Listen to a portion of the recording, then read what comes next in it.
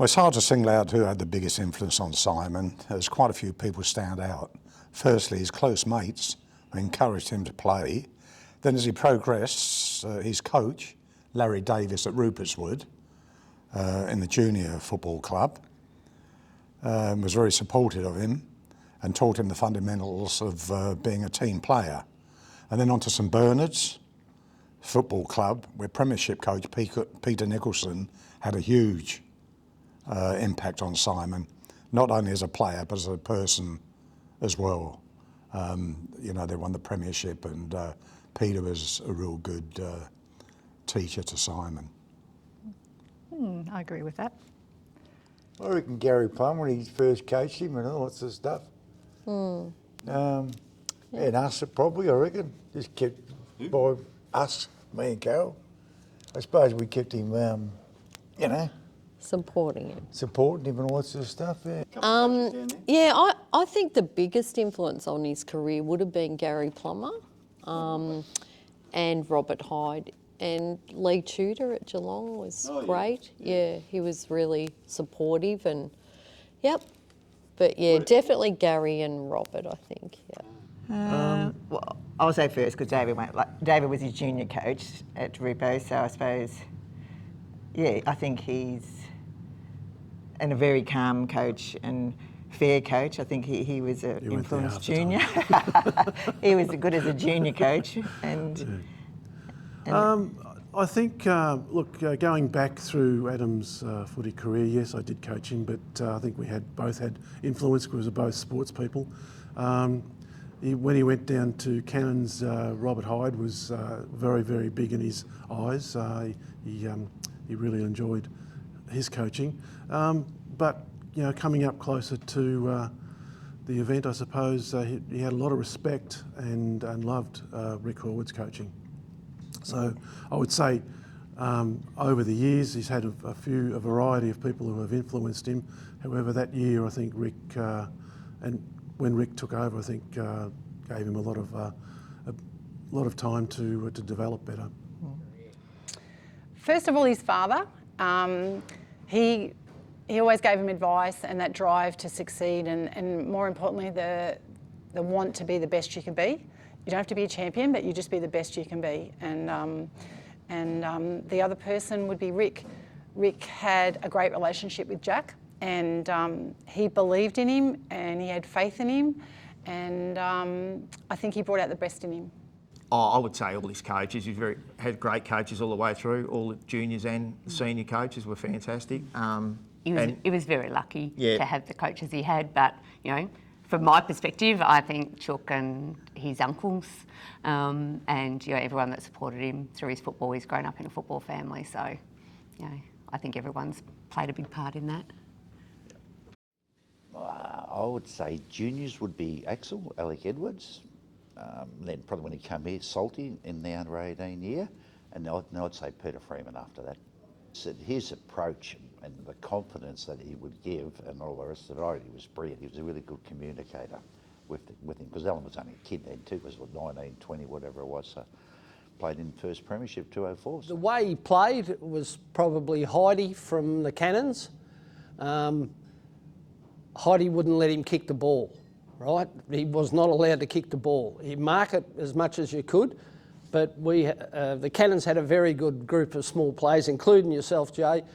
Run past, he had to handball it, including Dane Swan, Dave Roden, James Kelly, a whole lot of very good players. So he went a whole era with basically not kicking the flaming thing. So he had the hand pass. And I think that stuck with him just about all his career. People ran past him, yourself again, Lobby, they all got a feed off him because that's what he had to do. So there you go. Yeah. He was number one.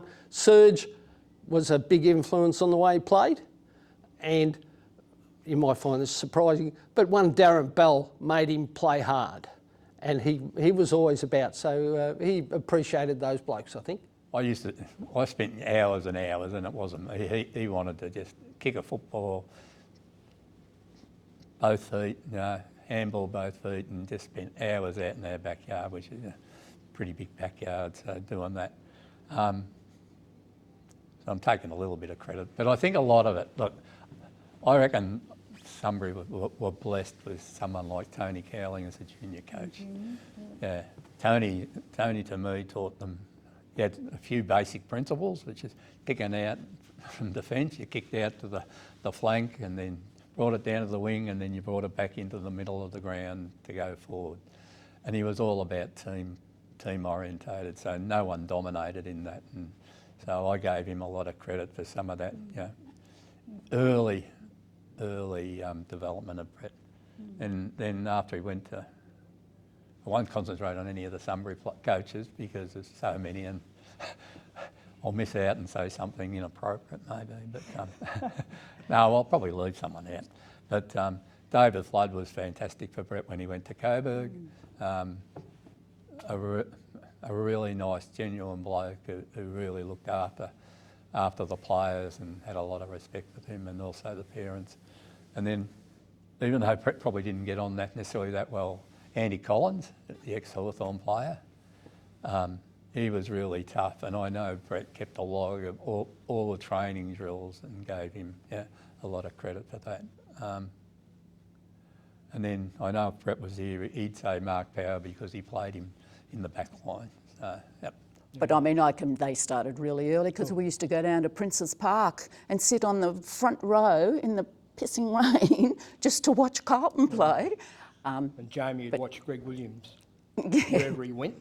Yeah. Not necessarily the game, but he'd watch Greg Williams wherever he went. Yeah, he'd quite liked probably him. Heidi probably had a bit of an influence on Jamie. Oh, he did. He had he taught him a lot of things, didn't he?